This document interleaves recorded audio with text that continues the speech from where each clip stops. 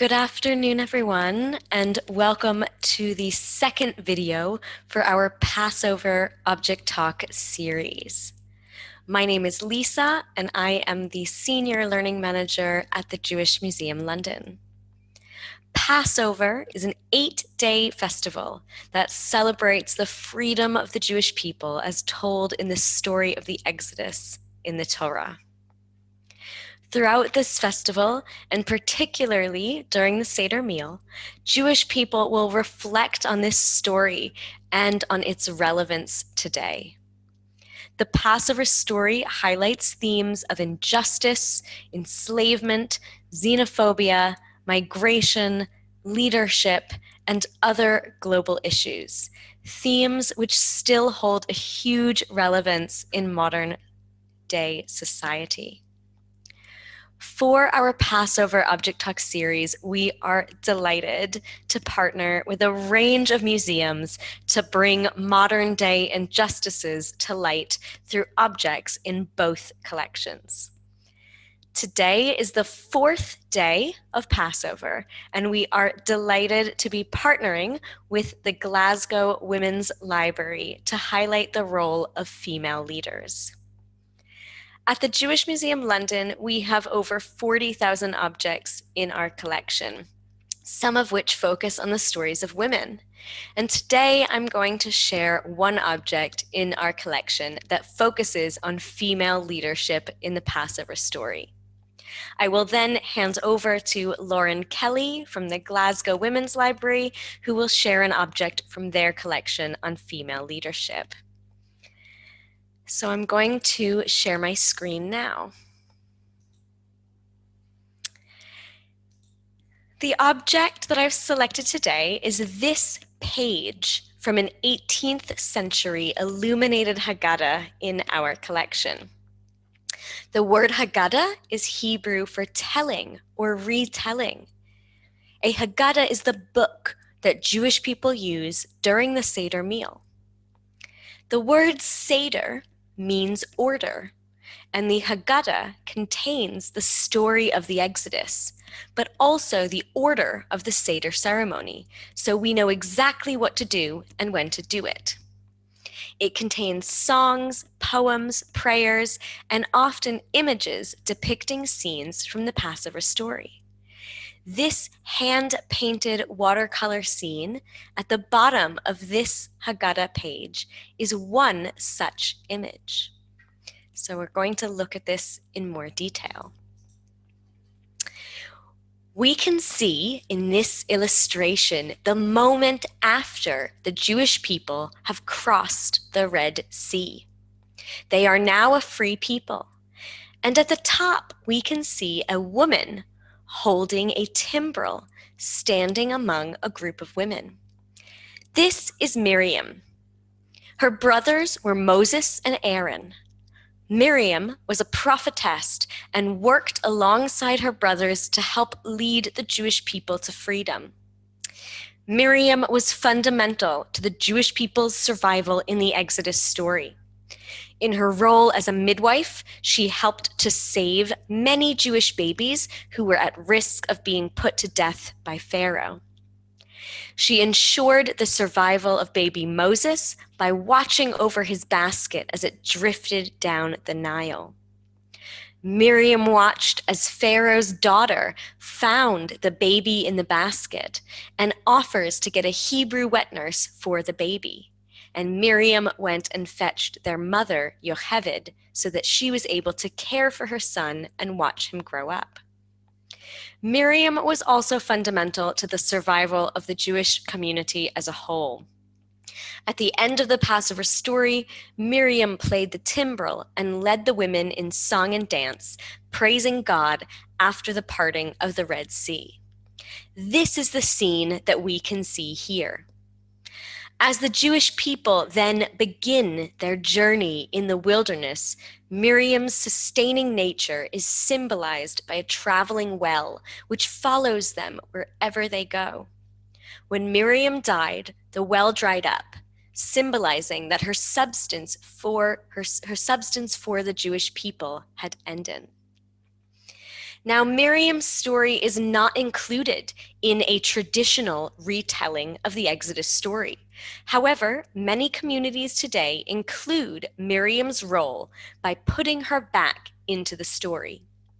In the 1980s, in Boston, Massachusetts, the practice began to fill a goblet of water and leave it on the Seder table as Miriam's cup, as a way of honoring and acknowledging Miriam's essential leadership role in the Exodus story.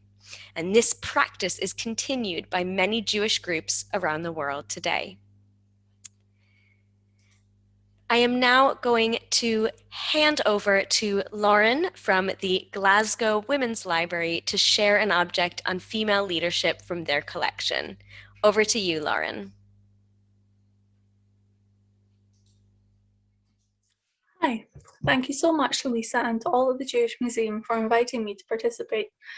I'm Lauren Kelly and I'm the Archive Apprentice at Glasgow Women's Library. We're the only accredited museum in the UK dedicated to women's lives, histories and achievements. Currently, my role is focused on making the LGBTQ+ collections more accessible as part of our ongoing project Lesbian Lives. On the subject of female leadership, the object I've chosen to focus on today is Volume 1, Issue 1 of the magazine Sappho, published in 1972. This publication is held within the Lesbian Archive at GWL. This is the term that we use to refer to our broader LGBTQ+ archives and resources, as the bulk of them came to us from the now defunct Lesbian Archive and Information Centre in 1995. Sappho magazine was founded by journalist and activist Jackie Forster, who dedicated much of her life to campaigning for equal rights.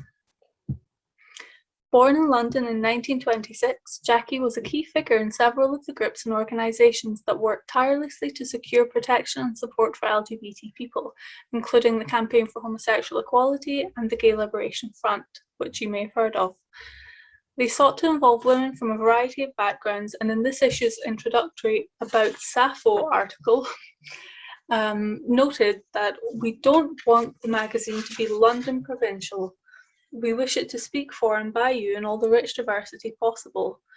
The magazine attracts readers and subscribers to the meetings from all over the world. I find this aim to include and represent women beyond central London especially interesting. They wanted to reach as many women as possible just from the very beginning. Clearly, they saw the need for such a publication, and the community responded with overwhelming positivity, as can be seen from the magazine's 10-year run. This approach extended to the editorial team, sharing letters that criticised their work and publishing a variety of opinions from their readership, whether they agreed or not with the content. Actually, this involvement of the readership is seen across the magazine in the pieces they published and was clearly a contributing factor to its duration, because it wasn't for profit. It was written, edited, published, and distributed entirely by volunteers. Again, this is clear from the very beginning, when the team stated, "You name it, we'll print it. So by your contributions and your letters, you will fashion Sappho." Throughout its run, Sappho pushed hard to advance the rights of lesbians and other queer women during a time when societal homophobia and compulsory heterosexuality left many feeling particularly vulnerable and desperately in need of a sense of community. The team at Sappho recognised this need and resolved to fill it. It also signposted women to vital resources and groups, counselling and befriending sessions, and lesbian-friendly religious services. This was a common feature of many LGBT publications, and one which I personally find the most touching, that in a time when to be openly queer was not only to be vulnerable, but was also punishable, members of the community sought to look out for and after each other in whatever ways they could.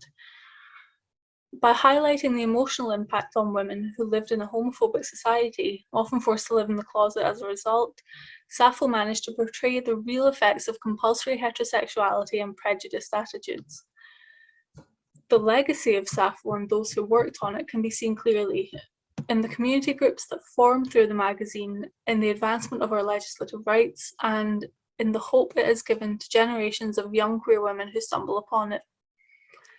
That sense of hope is one thing I always take away from my work and from exploring our collections. It's very hard to see a future when so much of our past has been obscured from us. I think this is probably very common for most marginalised groups. Having a dedicated space that safeguards our histories and allows us and others to explore them really is vital. Well, again, thanks so much for having me. You can find out more about our work at our website, womenslibrary.org.uk, and our Twitter at Women's Library. And on that note, I'd just like to say Chag Sameach from all of us at GWL. Take care.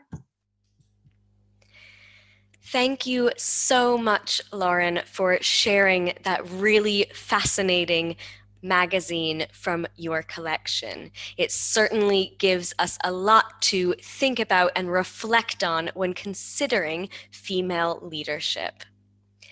To learn more and to support this work, we encourage you to explore the Glasgow Women's Library's social media pages and website, as well as our own, the Jewish Museum London. So thank you very much to everybody for joining us today, and do join us tomorrow, Thursday, the 1st of April at 2:30 p.m., where my colleague Emma will be joined by the Migration Museum. So thank you very much, and Chag Sameach from all of us.